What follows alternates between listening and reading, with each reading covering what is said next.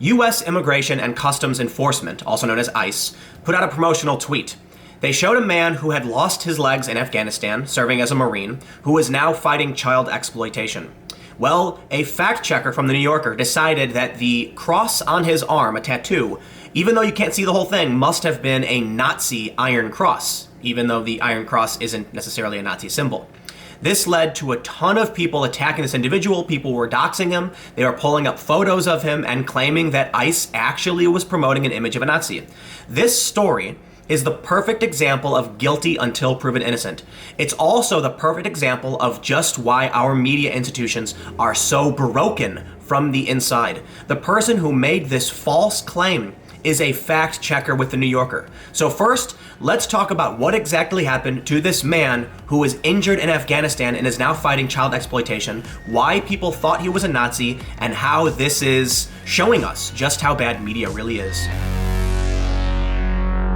Before we get started, I have a huge announcement. I now have merchandise available through Teespring. There should be a button in the top right corner you can click. The Death of Censorship actually has sold the best so far, something I designed, and it is the Illuminati pyramid being toppled over. So if you want to support my work, here is another way you can do it.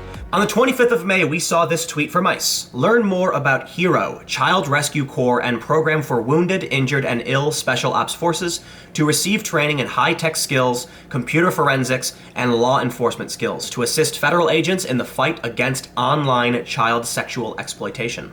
And in the photo it says, ICE HERO Corps giving veterans a second chance to be a hero. Following this, a fact checker from the New Yorker named Talia Lavin tweeted out something to the effect that his elbow tattoo was an Iron Cross. She did delete the tweet, however, but she then tweeted this. Some vet said this ICE agent's tattoo looked more like a Maltese cross than an Iron Cross, common among white supremacists. So I deleted my tweet so as not to spread misinformation. She said credibility is greater than sweet, sweet faves. And then, either way, it's not heroic to join ICE. But following her tweet, we saw another tweet, this one from Quantum Take, saying, that's right, ICE put an Iron Cross in their self-promoting tweet.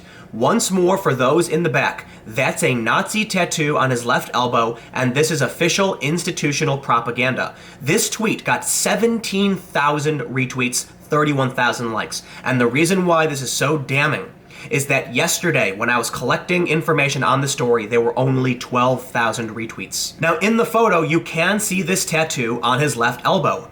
But for anyone who knows anything about the Marines, this is very obviously a depiction of some kind of naval cross. Marines can be awarded the Naval Cross. You can see that it's somewhat rounded. Now, I'm not an expert on the armed forces and the awards they receive, but it was not hard to discover that the Navy Cross is an award for Marines, and that this man depicted in the ICE photo is a Marine. Following the incident, we saw this story from the National Review.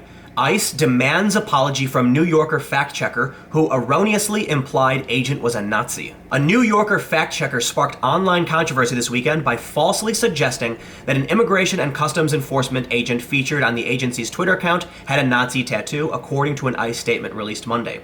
Justin Gartner, a combat-wounded Marine veteran and ICE forensic analyst, was lambasted on various social platforms over the weekend after New Yorker fact-checker Talia Lavin suggested in a since-deleted tweet that his tattoo commemorating the platoon he served with in Afghanistan was actually a Nazi Iron Cross tattoo. In its statement, ICE condemned Lavin for baselessly slandering an American hero and cited her tweet as the genesis of the misinformed backlash. ICE issued a statement clarifying what the tattoo was. They said the tattoo on his left elbow is actually Titan II, the symbol for his platoon while he fought in Afghanistan. The writing on his right arm is the Spartan Creed, which is about protecting family and children. Anyone attempting to advance their personal political opinions by baselessly slandering an American hero should be issuing public apologies to Mr. Gartner and retractions. This includes Levin and the New Yorker. And what is very surprising is that the New Yorker actually did issue an apology very quickly. They said, the New Yorker has just learned that a staff member erroneously made a derogatory assumption about ICE agent Justin Gartner's tattoo. The personal social media accounts of staff members do not represent the magazine, and we in no way share the viewpoint expressed in this tweet, a spokesperson said in a statement to the National Review. The tweet has been deleted, and we deeply regret any harm that this may have caused Mr. Gartner. There is a lot to talk about here. The idea of guilty until proven innocent, which has become pervasive in the culture war, the fact that the New Yorker employs a fact checker who doesn't check facts, and the fact that the Iron Cross is not necessarily a Nazi symbol. First of all, the Iron Cross looks something like this. You can see that the cross on Justin's arm has rounded edges, as I pointed out. It's more likely to be a naval cross. But not only this photo is from the German Air Force in 2015, and they still use the Iron Cross. The Iron Cross is used by Germany today. It is used by many people for many reasons, but it is not technically a Nazi symbol. Yes, white supremacists use it. Yes, it was used by the Nazis, but it is still used by Germany today, and it is a very common symbol. The cross is also similar to what is called the Maltese cross, which we can see in these various depictions. And there's even a photo of Pope John Paul II wearing similar crosses. It is a common symbol. Guilty until proven innocent. People saw this photo, you can't even see the full tattoo, and they immediately claimed that it was a Nazi tattoo. This man started getting attacked and threatened, and one of the tweets that is getting the most attention is still being retweeted, even though the story has come out correcting the matter, even though ICE has issued a statement, even though the New Yorker has apologized. There have been 5,000 more retweets on this tweet since yesterday after the apologies were already made for being incorrect. First of all, I can't really blame the layman for thinking this is true after a fact checker from the New Yorker started tweeting it out. And I'm not surprised that many other people are concerned about this and tweeting it out. I mean, if that really was a Nazi tattoo, I think everyone should know about it, but it's not. So people who are seeing this tweet think it's real and think other people need to see it, spreading misinformation rapidly because sensationalism works and it gets shares. What's even worse is that this is the perfect example of how media organizations have essentially become activist institutions. This was a fact checker with nearly 40,000 Twitter followers.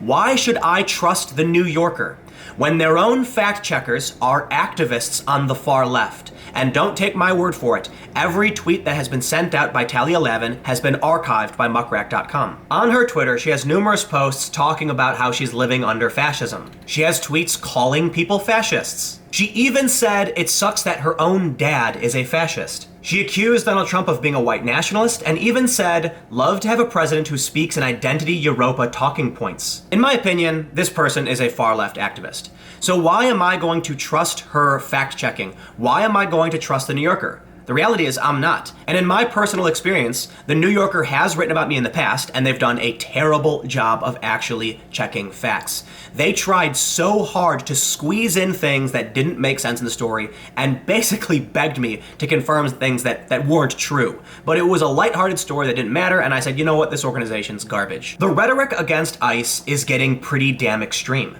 This tweet from Occupy Wall Street says what to do if you encounter an ICE agent. And guess what? I have to blur this photo because I don't want to get a guideline strike on my YouTube channel. But I'll just tell you basically what it says. It's got various windows, 1, 2, 3, 4, 5, 6, telling you how to actually murder an ICE agent. Now, many people are saying this is clearly a joke, but when you're actually saying what to do if you encounter an ICE agent, and then you tell people to commit an act of murder, there's a certain point at which jokes are not free speech. These pictures are actually graphic depictions of a murder taking place. It is a tweet actually telling people to murder someone.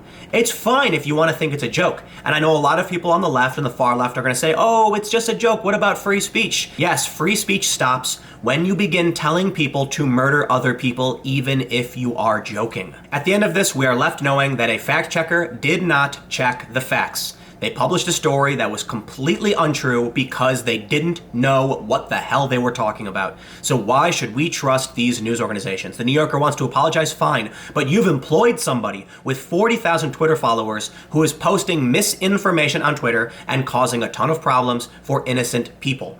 Yes, she deleted the tweet, but it doesn't matter. She's a fact checker. You'd think she'd at least know how to do that. It's her job, and she doesn't. What worries me is when you see this mob forming on the internet. Imagine what would happen if this man was out and about in his wheelchair, someone saw that tattoo on his arm, accused him of being a Nazi, and one of them had a bike lock. yes, he'd probably be seriously hurt, and he did nothing wrong. But let me know what you think in the comments below. How do you feel about all this? Is this really evidence that news organizations are employing activists? Or is this just one person? Should we chill out a little bit? I know a ton of people are going to say, no, it's just proof. We know they do this. But it is possible. We can take the rational approach and say it is just one person. It doesn't mean everyone at the New Yorker is bad. However, I think they probably should get rid of this person, but that might be a little extreme on my part. Comment below and let me know what you think. We'll keep the conversation going. You can follow me on Twitter at TimCast. Stay tuned. New videos every day at 4 p.m. Thank you all so much for watching, and I'll see you all tomorrow.